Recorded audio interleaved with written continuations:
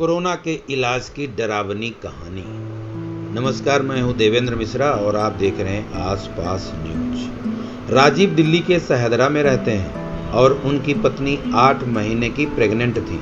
इनका इलाज गाजियाबाद के यशोदा अस्पताल में चल रहा था।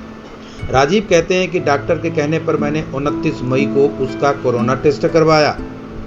30 मई की शाम रिपोर्ट पॉजिटिव निकली। अस्पताल वालों ने कहा कि हमारे यहाँ कोरोना का इलाज नहीं होता, आप किसी और अस्पताल में चले जाइए। मैंने एक अस्पताल में फ़ोन लगाना शुरू किया। रात में 1 बजे तक मैंने फ़ोन लगाता रहा, लेकिन सभी अस्पताल एडमिट करने से मना करते रहे। जहाँ फ़ोन लगाता सिर्फ एक ही जवाब मिल रहा था, हमारे यहाँ बेड फुल हो चुके हैं, आप कहीं और भर्ती करवा दीजिए। कहीं कुछ बात नहीं बनी तो 30 तारीख की रात 1 बजे मैंने अपने छोटे भाई के साथ पत्नी को लेकर जीटीबी पहुंचा। अस्पताल पहुंचे तो डॉक्टर बोले कि सैंपल दीजिए, यहाँ फिर से कोरोना की जांच होगी। सैंपल के लिए हम दूसरे वार्ड में गए। वहां जाकर पता चला कि अभी तो 3 दिन के सैंपल पेंडिंग हैं। सैंपल वाले ने कहा कि अभी सैंपल लेकर रखने की भी जगह नहीं बची है। मैंने जब डॉक्टर को बताया तो डॉक्टर ने कहा कि आप पेशेंट को एलएनजेपी अस्पताल ले जाइए, क्योंकि यहाँ तो जगह नहीं है। ये करीब रात 3 बजे की बात है। थक हार कर हम पत्नी को लेकर वापस घर आ गए। रात 3:30 बजे से सुबह 7 बजे तक मैं अलग अलग प्राइवेट अस्पतालों में फ़ोन लगाता रहा, लेकिन हर जगह यही जवाब मिला कि बेड खाली नहीं है। किसी अस्पताल ने तो ये भी कहा कि अभी हमें कोरोना के इलाज करने का अप्रूवल सरकार से नहीं मिला। मैक्स अस्पताल से पता चला कि एक बेड खाली हुआ है। कहा कि आप आ जाइए। तारीख थी 31 मई। सुबह 9:30 बजे राजीव कहते हैं कि पत्नी को लेकर मैं वहां पहुंचा।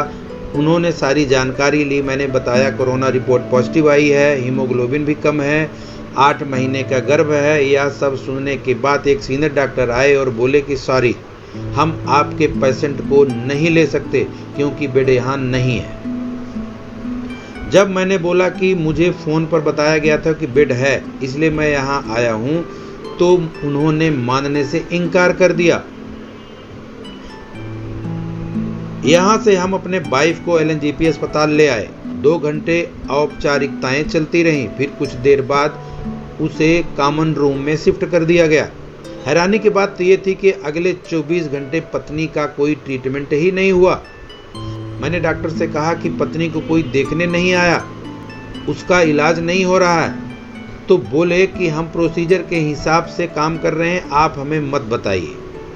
उसे 2 बार एक से दूसरे वार्ड में शिफ्ट किया गया। कॉमन वार्ड में पंखा नहीं था और काफ़ी गंदगी थी। 1 जून की रात को उसकी तबीयत बहुत ज़्यादा खराब हो गई। फिर उसे आईसीयू में शिफ्ट कर दिया। वहाँ एसी लगा था। थोड़ी राहत मिली। अगले दिन उसकी तबीयत थोड़ी ठीक हुई। रात को उसका फ़ोन आया तो बहुत तेज़ प्यास लगी थी और कोई पानी नहीं दे रहा। मैं अस्पताल को फ़ोन किया तो किसी ने बात नहीं सुनी।